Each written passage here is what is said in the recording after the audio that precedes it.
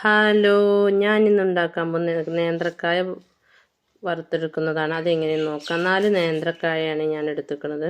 അത് തൊലി കളയുന്നതിൻ്റെ മുമ്പായി കത്തി കൊണ്ട് ഇങ്ങനെ നീളത്തിൽ എടുക്കുക. എന്നിട്ട് തൊലി കളഞ്ഞെടുക്കുക.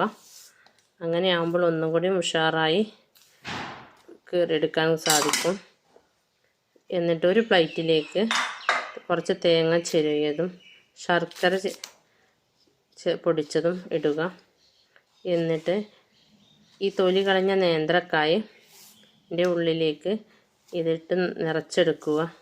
എന്നിട്ട് ഒരു നോൺ സ്റ്റിക്ക് ചട്ടി എടുത്ത് ഗ്യാസിന്മേൽ വെക്കുക. അതിലേക്ക് ചട്ടി ചൂടാകുമ്പോൾ അതിലേക്ക് കുറച്ച് നെയ്യ് ഒഴിക്കുക.